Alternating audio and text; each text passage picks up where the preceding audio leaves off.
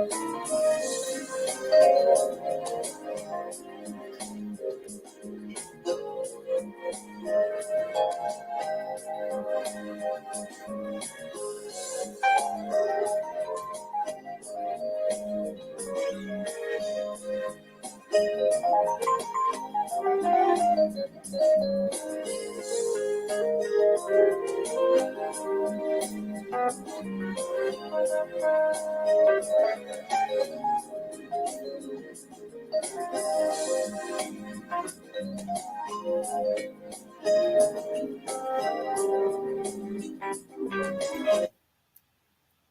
evening and welcome to the Speak Easy podcast.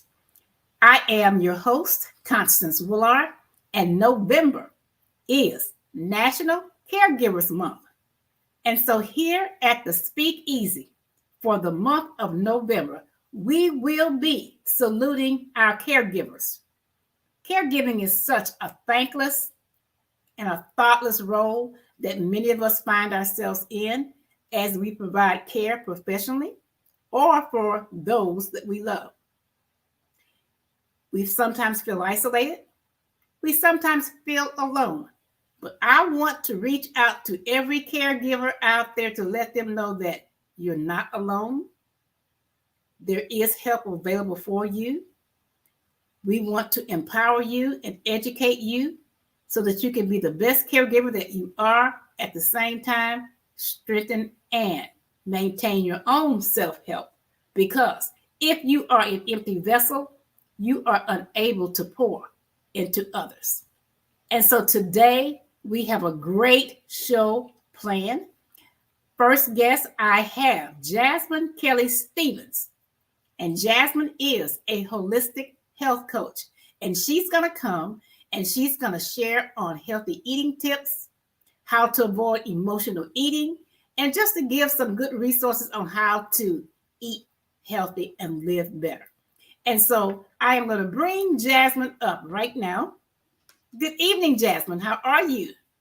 Good evening, Constance. I am doing wonderful on this beautiful Sunday evening, and I want to thank you so very much for this awesome opportunity. Thank you for having me. I thank you for agreeing to come and to share and to drop nuggets for the listening audience on healthy eating. You know, that's something that's so important for our well-being, Absolutely, for our health. And so just kind of tell the audience who you are and, you know, how did you become a holistic health coach? Oh, that is $1 million question, right? Okay, so my name is Jasmine Kelly Stephens, and I am a holistic health and wealth coach, as you already said. How did I become a health coach? I was not always a health coach. I actually, like many, worked in corporate. I have my bachelor's in accounting and I have a master's in global management. So, all of the accolades, right? But somehow I just felt like, this is not quite me. I think God, He is like calling me to do something a little bit more impactful. I didn't quite know what that was. But however, and I am not knocking my corporate jobs, right? Because they serve their purpose and it was very good.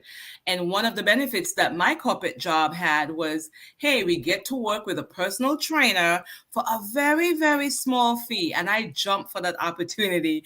And one of the first things that this personal trainer did for all of us is to refer us to an integrative doctor. And that was just such an amazing opportunity for me. I'd never worked with an integrative doctor before. It's just really different from a regular general practitioner.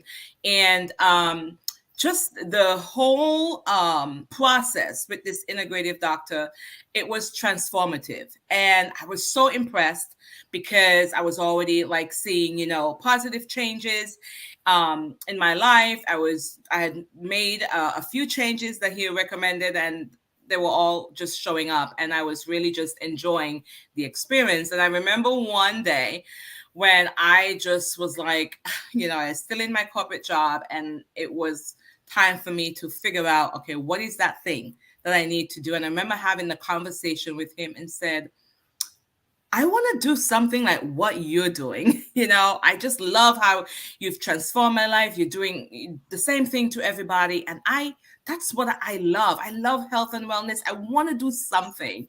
And it was like he knew exactly what to tell me, because it was that conversation that led me the very next day to enroll in the Institute for Integrative Nutrition and sign up as a health coach. And that was like, gosh, we're going on 12 years, almost 12 years ago. But that was like, when we talk about divine, intervention, that really was it, because he knew exactly what I needed. And he was very instrumental in encouraging me and just inspiring me to do that. I didn't want to go back to be a doctor, because no, that was not my thing. But I wanted to help people. I loved all things health and wellness. I believe that the body is such an amazing machine, and it can heal itself. Believe it or not, it can heal itself if we give it a chance. And then I also believe in all the natural remedies. That's always my first go-to. Even growing up in the Caribbean, that's what we use. Like any ailment that we had, it was like, take a bush, drink some bush tea, or take this herb for that. And those are all things that I grew up with, and I embraced them as part of my culture. And I actually saw where they have actually done amazing work in my life. So I wanted to do something that encapsulated everything, like all of my core principles. I love helping people as well. I love to serve. And so the health coach was exactly where I needed to be. Wow, that's amazing. And it is so amazing how our lives take twists and turns. Oh, yes. To get us where we need to be. Absolutely. I look back at myself. I started out as a pre-med chemistry major. And then I went from that to teaching elementary school. And then I went from that to nursing. I'm still nursing, but in a different way. But all the little nooks and crannies and the twists and turns and how they led me to where I am today. Yeah. And so it's just amazing. I tell people, whatever job you have, whether you want the job, you like the job, you just doing it to get by, that's okay. But use it as a stepping stone, yes, as a learning tool to further develop yourself into what greatness lies ahead of you. Absolutely. So I like your story. I like your story. So let's talk about being a caregiver. And, a lot of times as a caregiver, you feel like you're alone. And most times you are. And it's just you and the person that you are providing care for. Right. And so due to isolation, you may tend not to eat healthy or eat as you should. And I love these little series you do on emotional eating and how to overcome that. So let's just kind of walk through the emotional eating and some things we can do to combat that. Well, so I love that you're focusing on caregivers for this month, caregiving. Caregivers, like you said, their role is not to be discounted. And we've all been in the position, right, where we have been a caregiver. If we are moms, if you have parented a child, or if you're a grandparent and you've taken care of your grandchildren, like that, those are all, assuming the role of a caregiver. And it is so important because, like you said, we pour everything, as we should, right? Because that's your role, and whoever you're taking care of, they're depending on you. And so that's a role to be taken seriously. Well, how about if we take that role seriously and we also kind of flip the switch, right? And then we also take care of ourselves, because, the saying is true. You can't really serve from an empty cup. So and it's also true that we perhaps should be serving from an overflow. So not really waiting for the cup to, start getting empty, but just making sure that you're taking care of yourself, right? Those are like the self-care strategies and tips that we talk about. And it's not just self-care Sunday or self-care Saturday. It's every single day, taking care of yourself and making sure emotionally you are on point. And so assessing all the areas in your life, physical, are you treating yourself well in terms of nourishing your body so it can actually withstand what you need to go through? Are you getting adequate sleep? Or you're moving enough, because we tend to sit a lot? All of those things, and we talk about them all the time, and even to the point where maybe they have even become cliche, but it's these things that work. They work. And we need to actually make sure as a caregiver that we are taking the time out to take care of ourselves, so that the people that we're taking care of, they're getting the best of us. They're not just getting, like the flimsy, tired, overworked side of us, but they're getting that nurturing side of us. So very important that we take care of ourselves. Yes, that is so true. And I know as far as overcoming and combating emotional eating, Yeah. I Yes. struggled with childhood obesity and struggled with obesity for 47 years of my life. And a lot of it was centered around emotional eating. Food was my comfort. Food was my company. I found pleasure in it. And so that's what I lived for, was my food. I lived for my snacks. I lived for my food, what was being prepared, whatever. Food was my company and my comfort. But once I overcame that battle and I started seeing the results of eating healthier and enjoying the way I feel, because I felt so much better. Yes. It was just like I was a new person.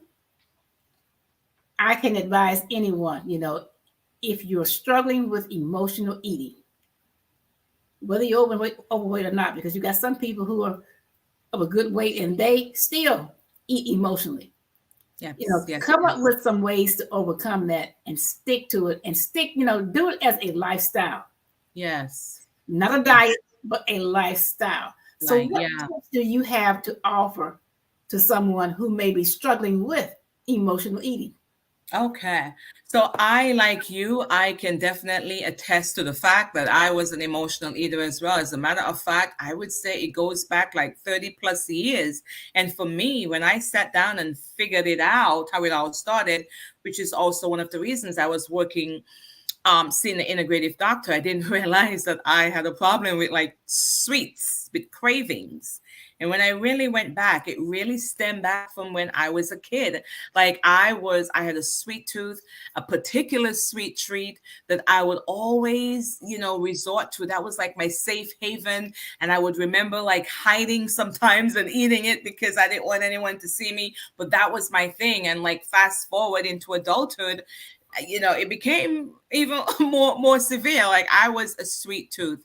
And so I've struggled with that as well. And so some tips that you can do when you are an emotional eater. Well, first of all, you have to identify, right, with being an emotional eater.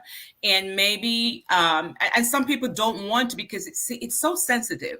Emotional eating is a very sensitive topic. And that's why for me, like I work with my clients one-on-one, because I realize, hey, they want that safe space. They want somebody that they can trust.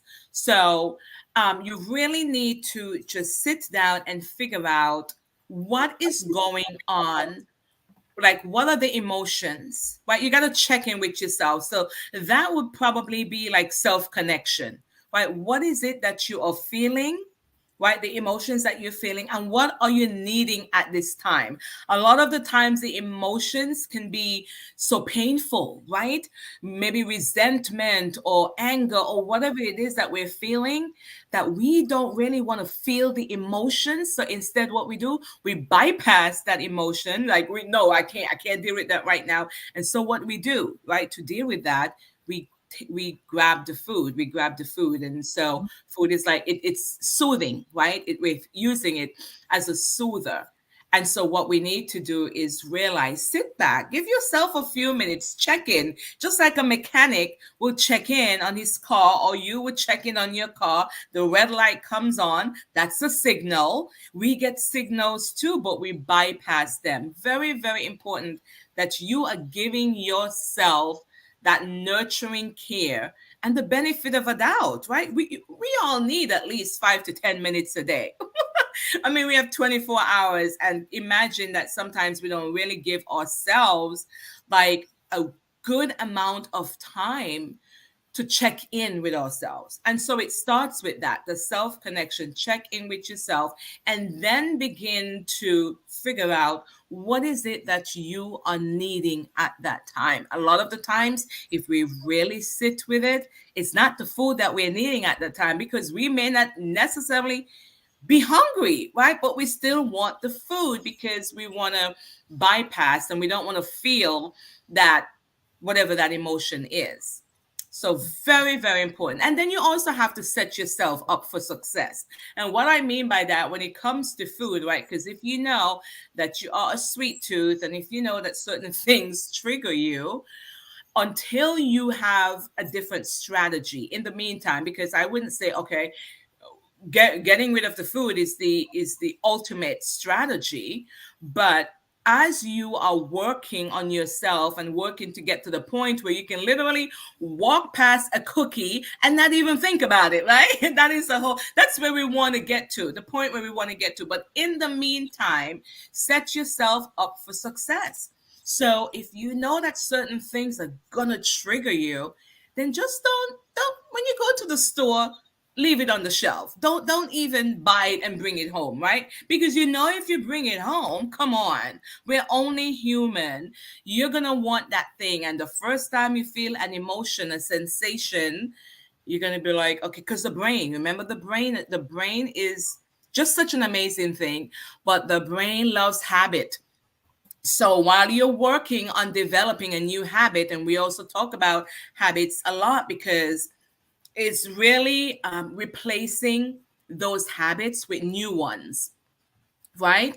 And so you want to develop new habits. And so your brain is going to tell you, no, I want that cookie. No, I want that candy bar. I want that donut. I want it, like me. I want. Like that little inner child that's like screaming, me. And you have to actually like just figure out and develop strategies where that you say, nope, not right now. Not right now. I don't need that right now. I can eat it because there's nothing wrong with having a cookie or a candy bar, right? It's not about deprivation, but it's instead of the food or this feeling overtaking you and controlling you, is you saying, no, I'm in control. And I'm going to have the cookie or I'm going to have the candy bar, but not today. I maybe tomorrow or maybe later, or maybe I'll save it for the weekend. But you get to that point where you are now in control, right? So very important that you develop those new habits. Wow, wow. And so, as far as healthy snacks, Healthy 'cause you can't go cold turkey. No, I won't even suggest that. Okay, so I'm all about baby steps. I always say baby steps are better than no steps at all. So cold turkey may work for some people, but listen, that's not what I'm going to suggest. So yes, healthy snacks, because I'm going to tell you, I'm a snacker too. So I remember when I actually replaced my snacks with nuts, with raw nuts. But then I realized I was just munching on the nuts every time I feel like snacking. Like, that's not good either, Wow. like the grazing all day, that's not really serving the purpose either. But good, like you said, and very good question.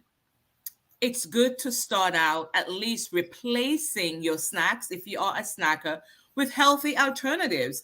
So some of my favorite snacks, I love an apple, any apple, your favorite apple, with almond butter. Or if you're a peanut butter person, that is an all around healthy snack. And it's like your apple, which is fiber and all the delicious nutrients in the apple. Then you have the butter, the almond butter or the nut butter, that has healthy fats and it has some protein. You eat that, you will feel satisfied, very satisfied, because when you have a snack, the element of protein should always be there, right? So an apple by itself is probably not going to make you feel satiated. You're going to feel hungry still after that. But when you have that apple and some nut butter, oh my gosh, it feels so good going down, and it really makes you feel good after as well. So that's very satisfying. Now I would say also to have these things handy, because remember, preparation is key. Plan, right? So you need to have some of these things ahead of time. And it doesn't take hours in the kitchen. Okay. I know people are like, oh my gosh, I don't have time to meal prep or any of that. No, no, no, no. You do what works for you. Right? Even if it means you are preparing something for the whole week, for the rest of the week, then you do it that way, whatever works for you. But you can't do what works for somebody else because it's not going to work. So it's all about what works for you. So have those things. Smoothies, that's a good snack too. Smoothies are so good. You can pack some stuff in smoothie. You can Yes. have, yes, you can have your green veggies in there, right? You need that. Then you may have some berries, mixed berries. And then I'm going to go back to the protein again. A nice scoop of your favorite protein powder and maybe a quarter of an avocado because you need that healthy fat, or maybe a tablespoon of almond butter or peanut butter. You always need those elements, the protein, the healthy fats. And then when you have maybe some baby spinach or romaine lettuce or mixed greens. Mixed greens I use a lot in my smoothie, and that's a really good snack as well. And some people love the jerky. I've never had it. I don't think I would like it, but those are also some healthy snacks that you can have as well. And here is my thing. Now, when you are buying those things that are processed, that are already in a bag, a can, a bottle, or a box, or whatever, when you go to the store, always turn it over and read your ingredients. Do not believe anything until you have proven it to be so. And so you want to turn it over and read those ingredients because you want to make sure, listen, the first ingredient is not sugar. Because if the first ingredient is sugar, you are defeating the purpose, So you want to make sure that you can even pronounce the words, the ingredients that's on the list, Make sure it's word that you can pronounce. And a lot of the times too, I would say, if the ingredients are over 10, like 7 to 10 ingredients, yeah, you may want to put that back because it's a little too much ingredients. And then there were sometimes you're just gonna want to have that thing. You're just gonna want to have that M&M, or you're just gonna want to have that Snicker bar, whatever it is.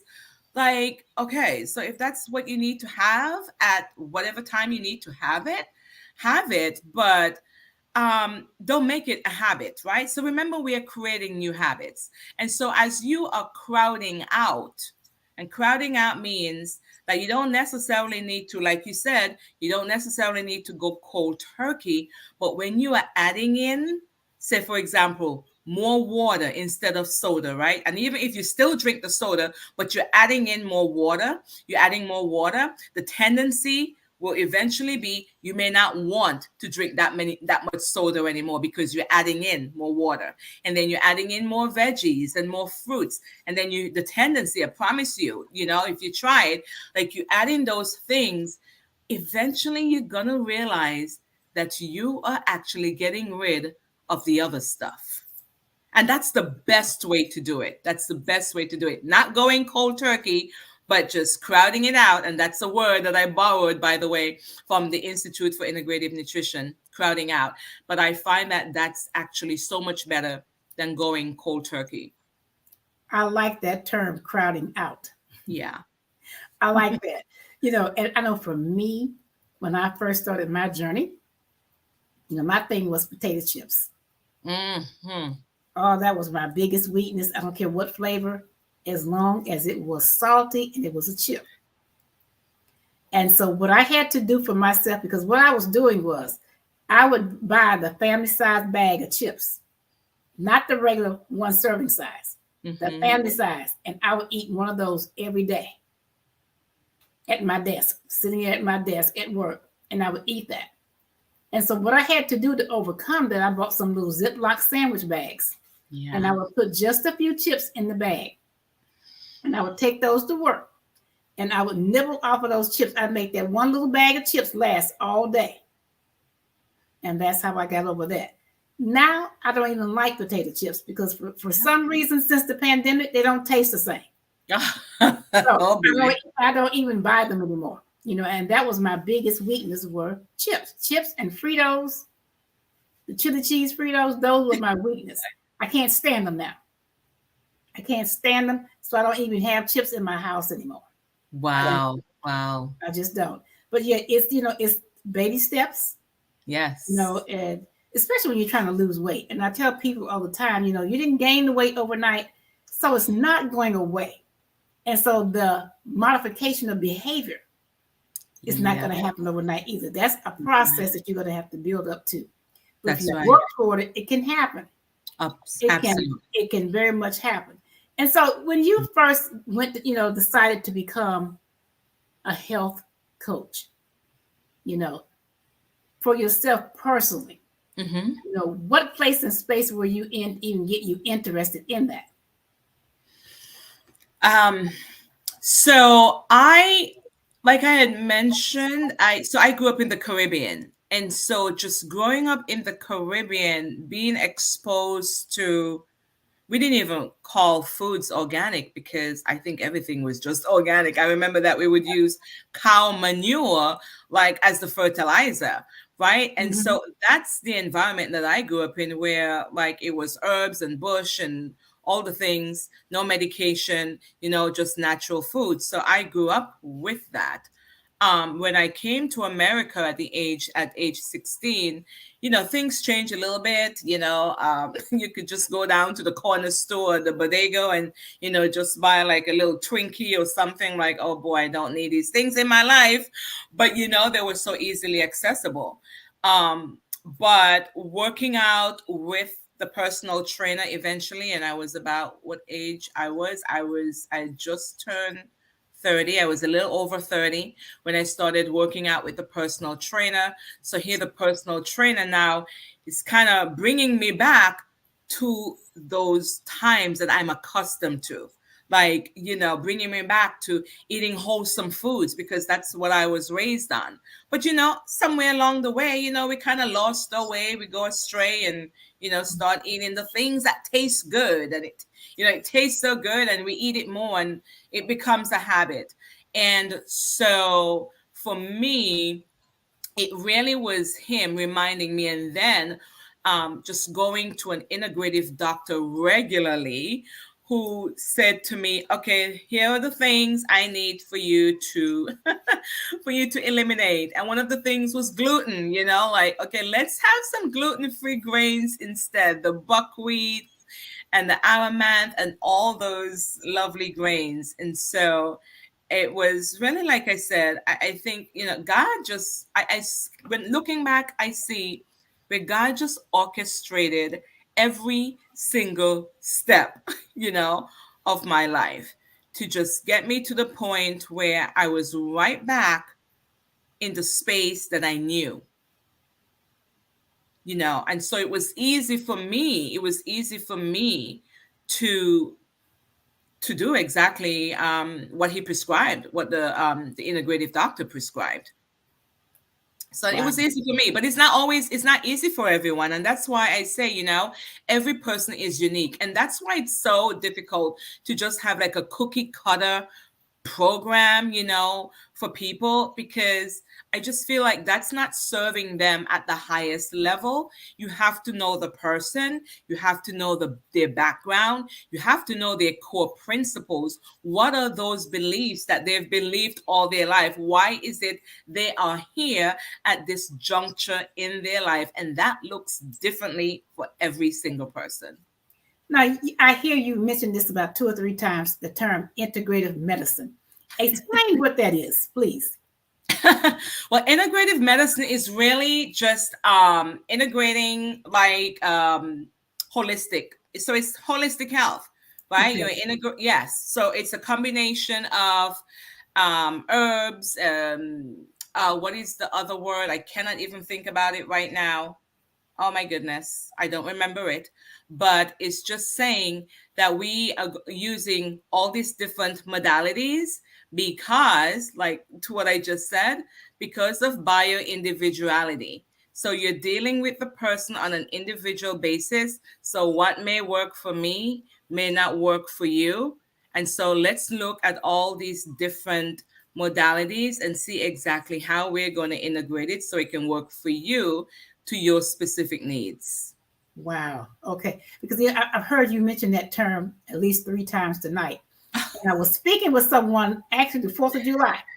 And they were saying, "Oh, now I'm seeing an integrative medical doctor." And I'm like, "What in the world is that?" You know, and so yeah, I just wanted you to clarify that for me and for the listening audience. Yeah. Yeah, Oh, yeah, and another distinction too. yeah. Another distinction is that so the difference between the integrative doctor and a regular doctor. So there's certain things that a regular doctor would not even test for. Like one of the first things that this integrative doctor did, because by the time I'd gone to him, I had put on some extra pounds, and I was just so self-conscious about that because that was never my thing to gain weight. And so that was it was an issue for me, and it bothered me. And so one of the first things that he did was to do a mercury test. You know that a lot of us are walking around with high mercury level and we don't even know. So mercury, like your mercury level can be elevated from different things. It could be having maybe silver fillings in your mouth, just different things that you are exposed to, like eating a lot of canned foods and those kind of things. And so one of the first things that he did was to run that mercury test. And it's a test, Wow. at home test, where you check your urine for a few days and then you take it back in. They send it to the lab and they check your levels. Actually, it was more than the mercury level that they check. It was all these different levels. I don't even remember what they're called, but anything that's in your body that's elevated, And your that electrolytes. test was able to figure that. So that's one of the differences between an integrative doctor and a regular doctor too. Okay, that is absolutely amazing. Okay, so great. So, what advice or guidance do you have for a caregiver that's out there today, or for anyone who's looking to develop some healthier eating tips and to improve their health and wellness? What advice or guidance do you have for them? Basically, that know that you are deserving of living a full, abundant, healthy life, right? You are deserving of it. And so when we look at it from that standpoint where you know that you are deserving, then you will then take steps, right, to make sure that you are taking care of yourself. So a caregiver who is giving so much already, like this person needs to make sure and be intentional, maybe even make non-negotiables. And that I say that to everyone. Have some non-negotiables where no one or nothing will get in the way of that, right? You need a lot of energy to be a caregiver. What are some things that you need to incorporate so that your energy levels are optimum, right? Because when your energy levels are low, that's another reason too, where we reach for the less than stellar, foods. We'll eat anything when we're hungry, and we'll eat anything when our energy is low. So making sure that you're keeping your energy level optimal, and just really taking care of you. Like your body is your temple, right? He resides in your temple. And just think about it. Do you want him to be in a body that is not healthy, right?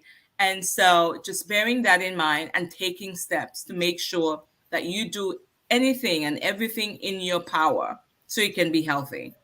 Wow.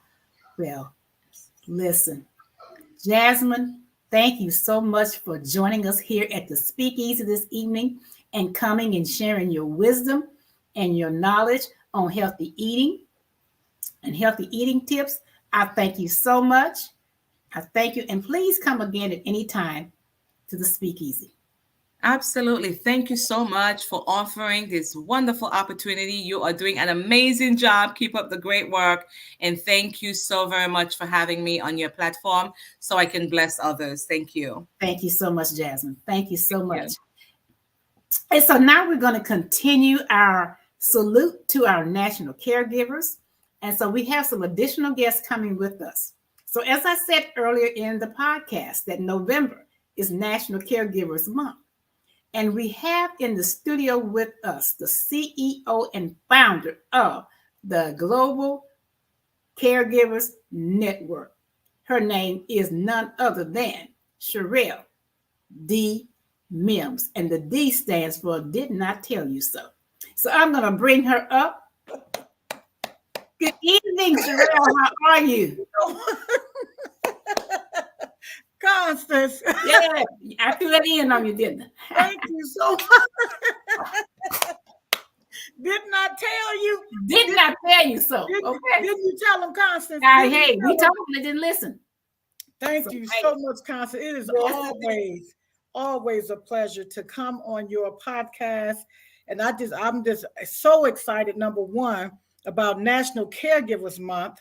The whole month is dedicated to caregivers, be it professional or family. Listen, we here to help you. We coming in today to share some valuable information, and stay tuned. The whole month is dedicated to caregivers. Thank you so much for having me, Constance. Oh, you're welcome. No problem. Thank you so much. And so I know we're going to have some additional guests to join us later, but let's talk about this amazing anthology that we have that's going to be launched soon on caregiving. Yes, thank you so much for that question, Constance. Guess what? The listening audience, Constance is one of our wonderful co-authors. Constance is not just an author, a co-author. She is an author, an international bestseller. We just bestsellers around here, okay? So this is what we going for this anthology. The anthology is called For the Love of Caregiving. Write that down. Yes. For the love of caregiving. I'm going to put that in the comments. Thank you so much. For the love of caregiving. Where did I come up with this, Constance, and your listening audience? Guess what? You have to love being a caregiver. I know some of us may not, but for me, I love being a caregiver. I love doing what I do. I love taking care of God's people. Not just God's people, everyone. Yes. You never know where people are coming from, and with everything that has gone on in this world since the pandemic, March 2022, March 2020. Yes. When the exact date, March 10th, 2020 was the day that the pandemic hit. Now look where we at now, all through that pandemic. Let me tell you, Constance and I and other wonderful colleagues in the professional arena, we have been on the front line, good people. We have not left you. We still there. We're still on the front line. We're still taking care of your loved ones and my loved ones. And so with this anthology, it was only fitting for such a time as this to bring this anthology forth right now for what? The National Caregivers Month. Yes. It's the time to bring it out. You see what I'm saying? What better time? Mm-hmm. National Caregivers Month. And so Constance is a wonderful Constance. Listen, Constance and I met back doing another event. Yes, we did. Constance and I have not met in person yet. But guess what? We're still connected. We still have that common thread, right? And the common thread is family caregivers. Come on out there in the audience. We are family caregivers and professional. But it's guess what? It's always family first. The Bible talks about taking care of thy mother and thy father. Honor thy mother and father that your days will be long on earth. So take care of your family first. And that's where we at with everything. This is where the book, the anthology was instituted to come forth right now for National Caregivers Month. And this is where it came from, Constance. I'm telling you, my heart, I am so passionate about this. I am just so over the top, if you will, with this anthology because we're going for the #1 bestseller. Globally, we know people across the board. We know people in the States, international, and globally. So get ready. We're going to need your help. We're going to need you to support us to be a #1 bestseller. Exactly. So, Constance, I know you got your people lined up. I have them lined up. Now that the pandemic is lessening some, not totally gone, I'm going to get with some of my family in South Carolina and have some book signings, so we can get this thing going. Because it's so important, having been a caregiver twice. Mm-hmm. Okay. and then doing it on a daily basis professionally, and then having needed a caregiver at some time in my life, it's just so important. And it's really a thankless, thoughtless role that a caregiver provides. But, as I want to say to every caregiver out there that's listening, God sees you. You may feel alone. You may feel isolated and unsupported, but God sees you. He knows what you're doing, because why? He appointed you. Okay? He appointed you to be in that role because he knew that you were the one who could fulfill it the way it needed to be fulfilled. And so caregivers out there, we salute you. We are supporting you. Any resources or information that we have to give to you, reach out to the Global Caregivers Network. Sherelle, didn't I tell you so, Mims? Y'all see that? Y'all see that? Listen, that's Constance. That's Constance messing around.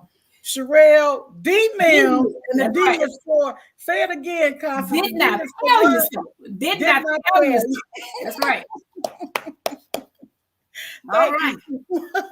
Wow. Yes, indeed. Did not tell you. So let's talk about the anthology. How many collaborating authors do you have that participated in the anthology? Concrete. Okay, so totally there is 15. Totality is 15. It may be one or two that may have fell off, but totality is 15. Okay. So with that, give or take 2, and we still good. So it's something even about the number 12. Even if there's 12, right? It's still wonderful. Exactly. Guess what? The whole thing is this. It doesn't take a whole lot. It just take the right ones. Amen. Just take the right ones. And so God orchestrated this. So I know it's going to do what God, his word doesn't come back void. It's going to go out and do exactly what it's supposed to do. So I know, Constance, you in it. We got some other phenomenal co-authors. I call everybody an author because once you put that pen to the paper and start writing, you're an author, baby. It's just a matter if you got it published or not, right? So I just love being excited for this book. Just the book cover. Constance, I don't know if you can share the screen. I don't know if you can even share the screen. If you can send me the copy of the book cover, yes, I can. Yes, to show the book cover. Yes. Because this book cover, when the publisher and the project manager showed me this book cover, let me tell you, my heart was just like, oh my goodness. They show you a couple of them, but this was the one. Yeah. This was the one. What do you think about the book cover, Constance? Yeah, let me explain something about seeing that book cover for the first time. Okay. I know for my anthology, I had envisioned one thing in my mind, what I wanted. Sure. And when my graphics person put it together, she said, "What's the title? What's it about?" And the next day she sent me and I'm like, okay, this is it. I didn't need to see anything else. She said, well, I've got some more. I said, no. This is it. It's something about seeing that cover that brings it all into reality. Yeah. And when I saw the cover from my book, I'm like, okay, this is it. And so for the love of caregiving, I can speak for myself personally. Sure. Being a caregiver, it took a lot out of me. I sacrificed a lot. Mm-hmm. I would do it all over again in a heartbeat if I had to, because I did what I did out of love. Amen. Mm-hmm. So it was for the love of caregiving, but for me, it was out of love that I was able to do what I did. It was love. I had to make some crucial, and that's the title of my chapter, crucial decisions. Mm-hmm. I had to make some crucial decisions when it came to being a caregiver for my dad. I had to make some very crucial decisions, and some that were uncomfortable for he and I. But at the end of the day, I am sure I made the best decision for him. Wow. So it wasn't all about me. I had to factor in myself, career-wise, a son that I was raising, 9, 10 years old. I had to factor all that in. And so some crucial decisions had to be made. So the book cover for the love and that big red heart, it takes heart to be a caregiver. Yes. I mean, it's a real heart. And if you are a professional caregiver and you're just in it for the income and for just to make a living and to make ends meet, you need to opt out right now. Right. You really do. You need to opt out, because I'm telling you, it's all about the love that we provide and that we show to people that we don't even know. You know, sometimes to some people, we're the only person that they see for months upon time. And so if they don't feel or see that love from us, they're missing out on something great. They really are. So caregiving is so important, be it personal or professional. It has to come from the heart. And I totally agree with that, Constance. I'm telling you, sis, oh my goodness. You know, you have a chance to put the book cover up? You can send it to me. I have to send it to you? Yeah, Well, if not, if you can't get it on here, they're going to need to go to the I'm going to have it. Global Caregiver Speakers or the Global Caregivers Network on Facebook and just look at the book cover. And what this when you just see that book cover, I'm telling you, it just says something. It's a heart, and it has for the love of caregiving. And it speaks volumes. It really does. The book cover speaks volume when you see it. Thank you so much. It really does. When you see it, it's simple. But you know, I had a little patient one time in the nursing home told me, said she was real small. I think she probably weighed like 75 pounds, soaking wet. And she was so feisty. And she used to always tell me a little bit goes a long way. That book cover is simple, but that little bit, when you see it, it goes a long way. It really does. Wow, thank you. And you know what they say too, not to cut you off, Constance, they say simplicity, like you just said, that's simplicity. You don't want a whole lot. You don't want to take over the whole book cover. Yes. You want to keep it simple. I'm like you. When she showed me that one, it was a couple of them that they sent me. But when I seen that, I'm like, that's it. Mm-hmm. This is the one. Simplicity is the key. It speaks. That's what I went with. Simplicity. It speaks. I'm telling you, listening audience, when you see it, and Sherelle, when you get off this broadcast tonight, I want you to post it on your page and on the Global Caregivers Network, and I'm going to post it on mine for those who follow me. It speaks volumes. It really does. Mm-hmm. That book cover itself, simple as it may be, it speaks volumes. Yes, it does. And I thank you so much, Constance, for being a part of it. Constance, like I said, is just one of the authors. She's an author and a co-author. This is not her first rodeo being an anthologist. And so, but this is For the Love of Caregiving. This is our first anthology. And remember this, there's just something about being the first. Yes. It's something about being number one, numero uno, doing your first. When you do something for the first time, what do? You put your all and all into it. I'm not saying down the line you won't do it for the rest, but the first one, you put everything into this thing. I don't care what it is. Your first baby, your first grandbaby, your first book, your first home, your first lover, your first whatever.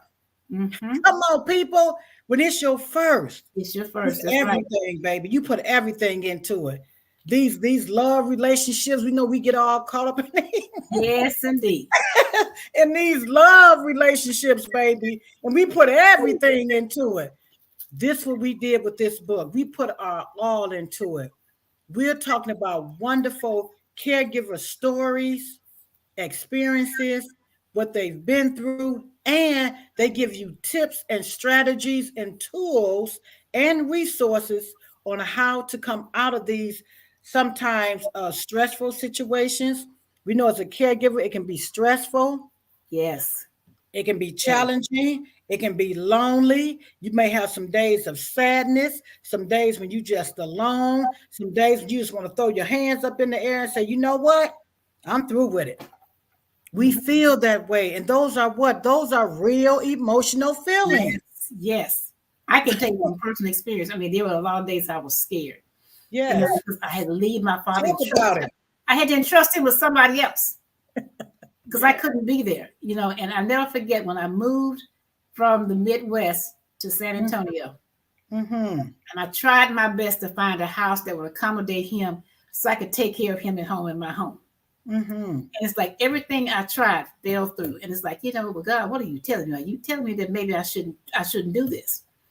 And I never forget, I spoke with one of my aunts and she said, I didn't want to say anything because I know how you are about your father.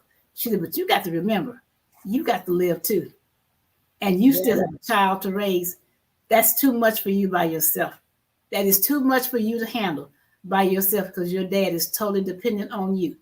That is too much. She said, so he's got people that are there at the VA to help him, allow them to do that. And, so I would go and visit him and I would just be a nervous wreck. And I would cry the whole time back home because I didn't want to leave him. But praise God, they took very good care of him. Amen. Yes. Very good, because they all became fond of him and he didn't want to leave. When I moved to Alabama, I tried to get him to come here to the VA. He said, no, no. He said, everybody here knows me and I know them. He said, nope, just keep coming to see me. He said, just keep coming to see me. And so as a caregiver, there are emotions you go through. There's fear, there's anger, there's isolation, there's hurt, there's guilt. Because there was some guilt for me. I'm like, and Lord, am I doing the right thing? Wow. Am I doing the right thing? So all those emotions, but at the end of the day, when you can look back and say, I did the right thing for my love. Wow. That is beautiful. It says a lot. It really does. And I know what Constance, as being the only child, I can't even imagine because I grew up with siblings. I have 4 sisters, 2 brothers, but one of my brothers is deceased. And I started this journey early, right? I started this journey early. Like I say, everything starts with the family. Yes. So guess what? As 11 years old and counting, I really became a caregiver at the age of 11. Same thing. You were a little bit older, but I was younger when I started taking care of my father. So you got to be transparent with people and let them know where you came from. Yes. My father was unfortunately an alcoholic. He worked in the plant, and back then the father was the head of the household. The mother didn't say too much. She was just what? She was rearing the kids. She was the nurturer. She made sure the dinner was ready. She made sure all the kids was, go to school, do this, do that with the kids. And so I became a caregiver at the age of 11 and helping my mother and other family members take care of my father. And so that went a long way with me. And from there, it stemmed into what? Going to high school, going to college, getting my degree as a registered nurse, and then from on and on and on. This is how I became a professional. It went from family to professional. Okay. And this has been my passion from the beginning. God already knew while I was in the womb what I was going to be doing. I just had to discover what God wanted me to do here on earth. When we're in the womb and everything is already done, God has given us everything that we need. Everything. We have to discover what God wants us to do here on earth. And that's my passion. I discovered it. Oh, my goodness. A pastor said one day, whatever you do every day, that is your ministry. I'm going to say it again. Whatever you do every day, that is your ministry. That is your passion. You have to figure out how you're going to make this into something that you want it to be. And this is where the Global Caregivers Network came into play. Here we are 20 plus years later, and I discovered what God wants me to do here on earth. Come on through here. Oh, wow. I made it make sense, baby. Yes. I made it make sense. All them years going to taking care of patients. And Constance, you already know in the healthcare, you were in that way before I got into it. So up and down the hallways, running down the hall with IVs and piggybacks and all Yes. this other good stuff, talking with family. I've been a case manager in all of these, in these some of these situations. Now, currently, what I am doing, I am a neuropsychiatric nurse. What does that mean?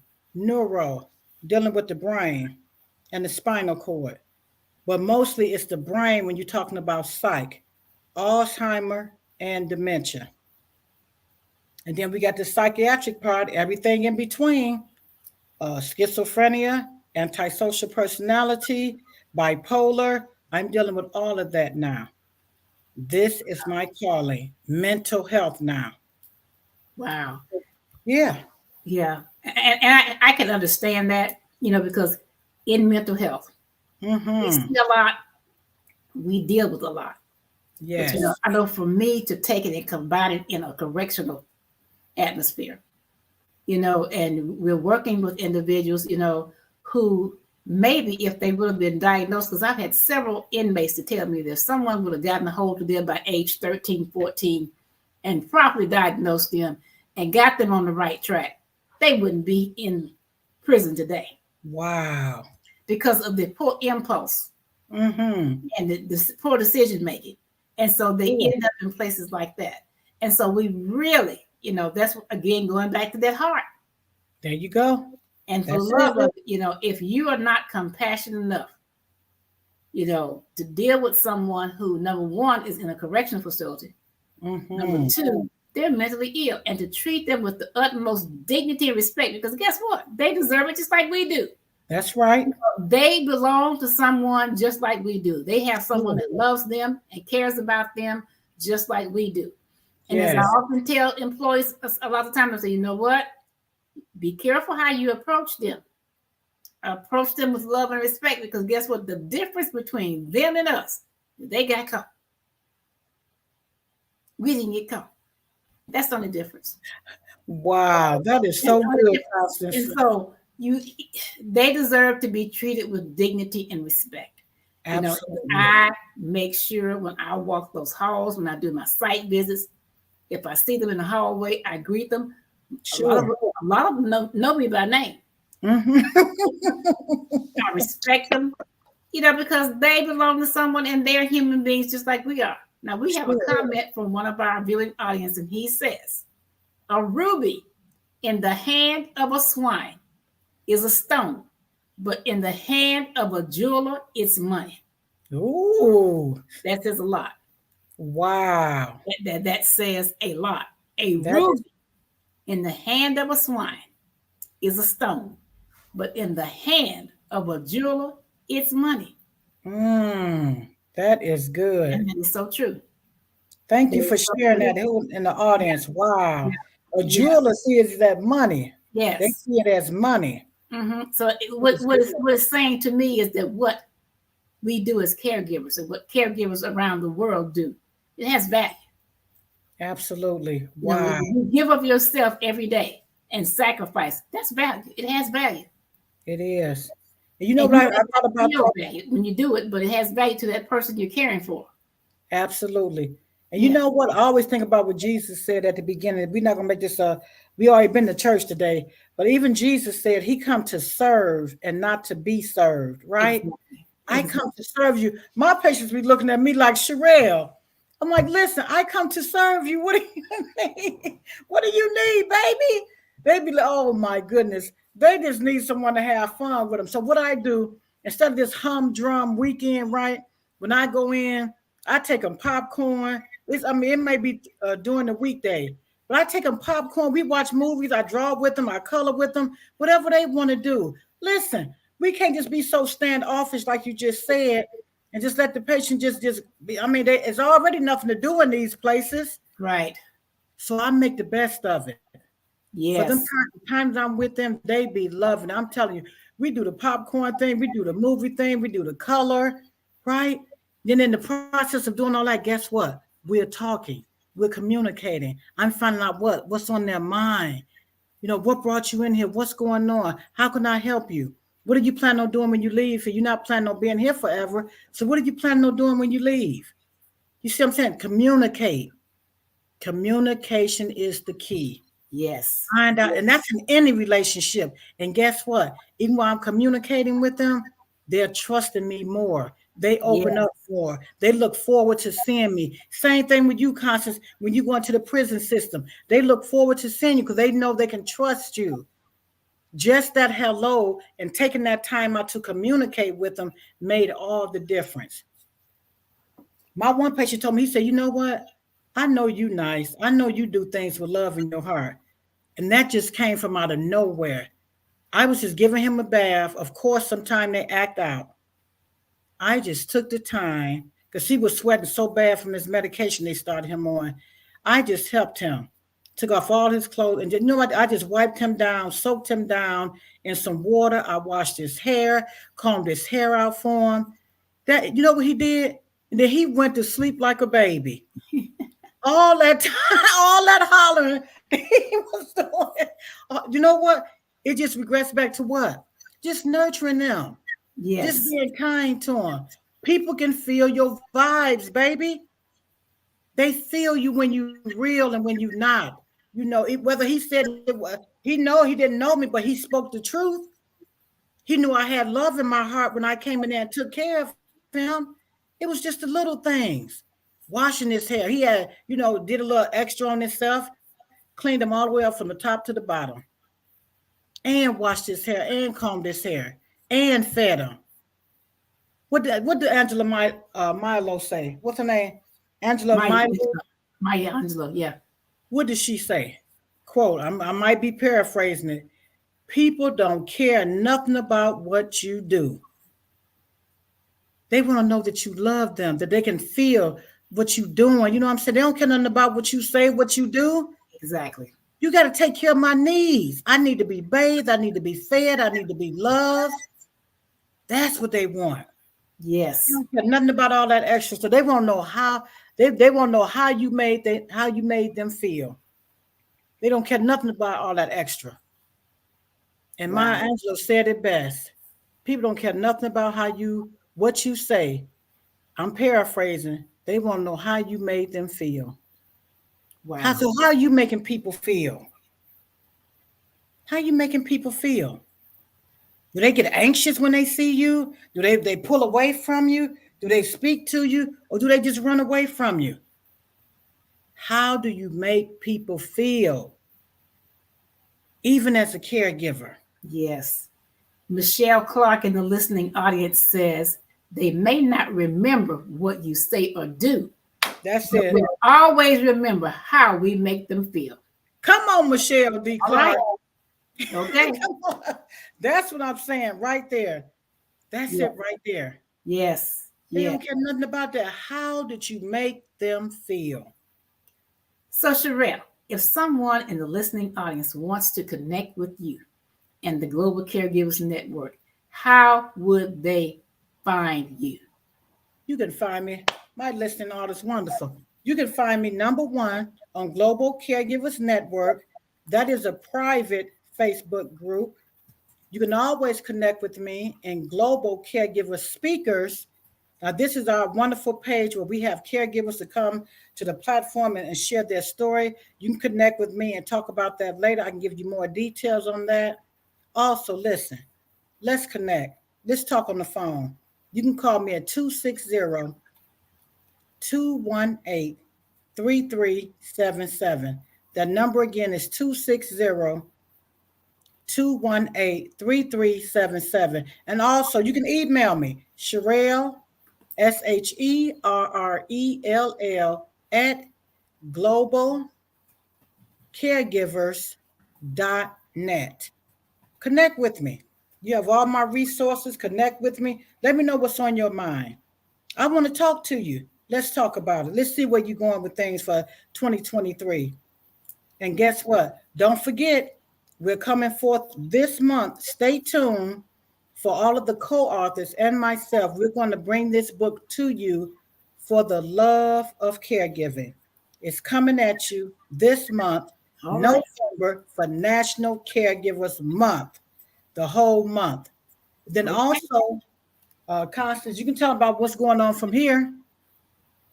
For the National Caregivers Month, we're going to be celebrating caregivers. Yes, every week we're going to have featured caregivers, caregiver support persons, health coaches, experts, other collaborating authors from this anthology will be joining us to salute caregivers around the world. So I'm excited. I'm looking forward to it.